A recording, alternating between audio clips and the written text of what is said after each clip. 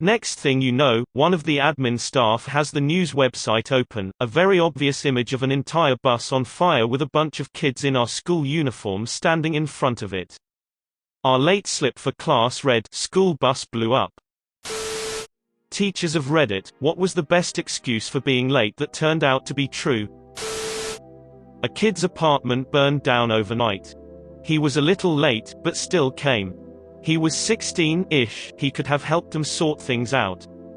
Education was more important to him because AP exams were coming up. Told me he got pulled over by the cops for wobbly driving on his bike, and they thought he was drunk. Turned out he was just dodging all the slugs on the street.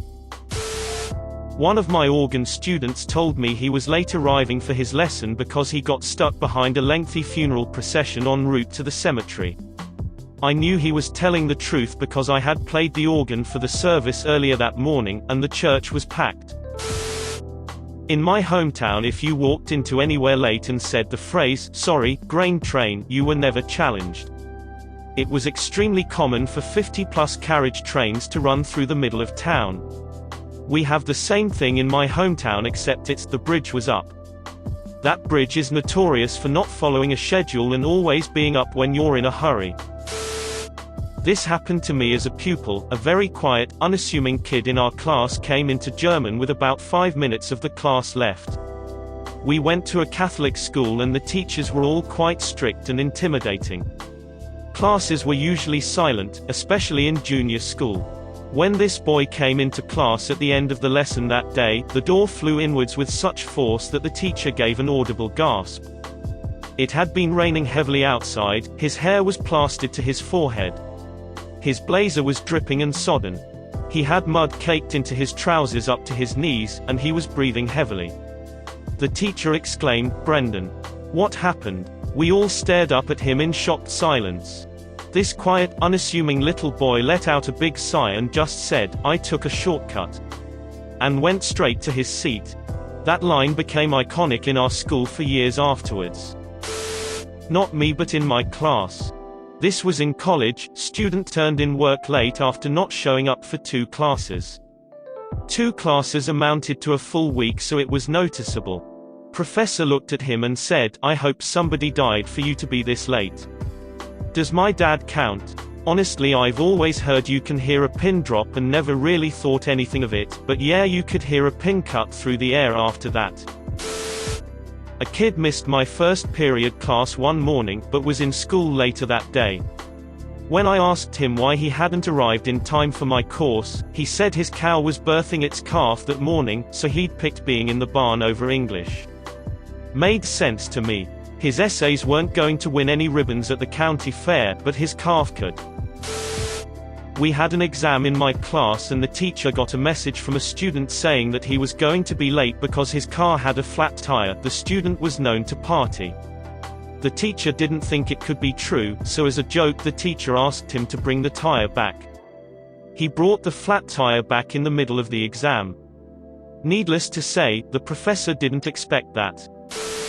When I was in college, my psychology professor told us that the only excuse for being late was a funeral procession. Any other reason, you wouldn't be allowed to come in. A few weeks into the semester, I was headed from one building to another, which involved crossing the main road. Lo and behold, there was one very long funeral procession going by. I got a short video of it as proof, then stood on the sidewalk to let it go by. Unfortunately, the procession made me 5 minutes late to class. I knocked on the door, and the professor came over to start to tell me off. I showed her the video. Well, I'll be damned, come on in. MTV paid me $50 to fill my backpack with cement and carry it around for the day. I accepted that excuse. Student later regretted it, as a replacement backpack and college textbooks far exceeded $50. But he got his moment of fame and I didn't penalize him for his tardy. Gotta live a little. Edit, someone found a newspaper article on this. Turns out it was $200. He earned $100 for the first day and $100 when he returned the next day. I remembered $50, but it was 19 years ago. So I was right to believe him. He still lost all his stuff, thanks cement, and I remember him telling me it wasn't worth it. She had to take her sister to school and drive her mom to rehab. She was always late to class because her mom just wanted to sleep in.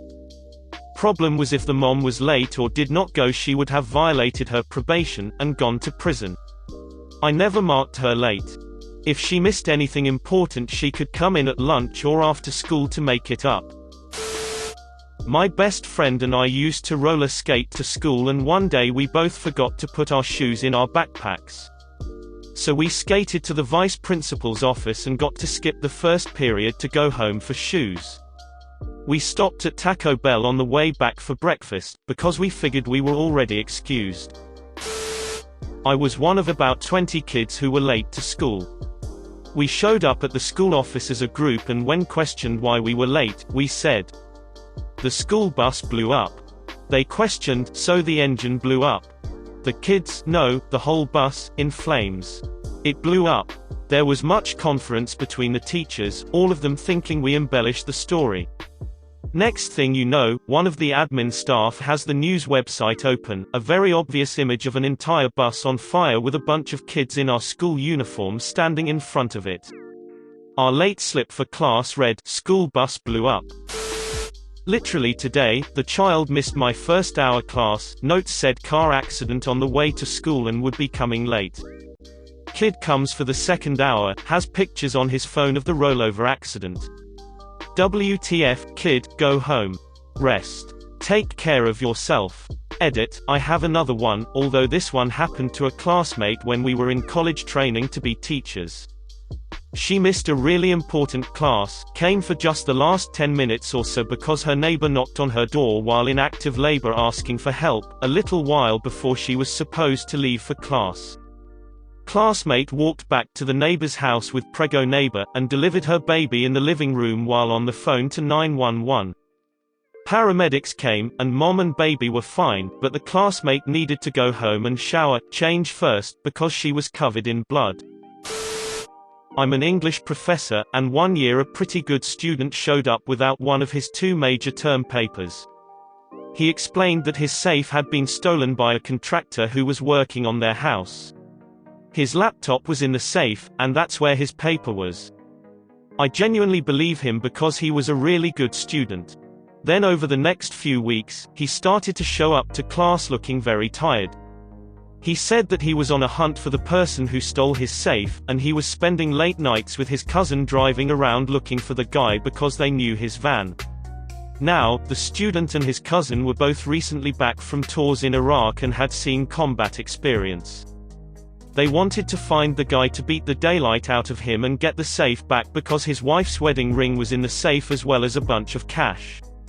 He rewrote the paper and turned it in, apologetic that it wasn't up to his usual quality, but he still kept coming to class looking like he hadn't slept.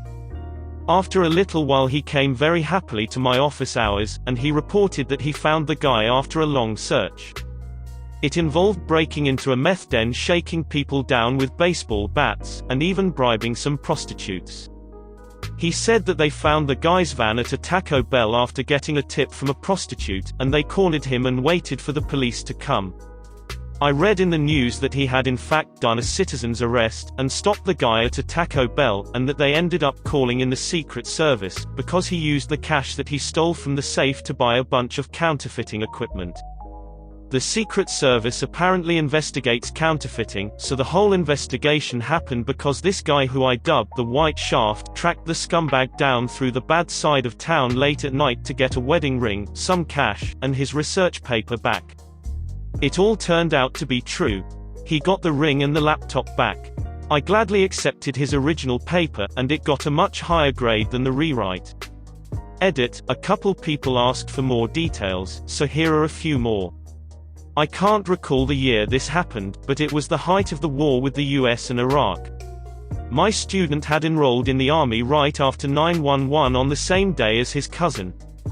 They were both just out of high school and enrolled due to patriotism and frustration. According to him, when he started his vigilante spree, he actually went inside of a house used by meth addicts to try and find the guy. They shook the house down with baseball bats and forced everyone out into the street. When the cops showed up, they told my student how dangerous this was and not to do it again. Then, they gave him the cards and said, "But call us if you do." They shook down at least 2 other drug dens, and the same cop was waiting outside both times to arrest people since he didn't need to get a search warrant as everyone was outside now at the point of 2 baseball bats. I told my student how dangerous this all was, and he was very John Wick about getting his wife's wedding ring back. Also, I tried to find a link to the story, but it was a small story, and the Googles aren't being very helpful, especially since I can't remember the year. Like and subscribe for more funny, interesting, and scary r/ask Reddit videos.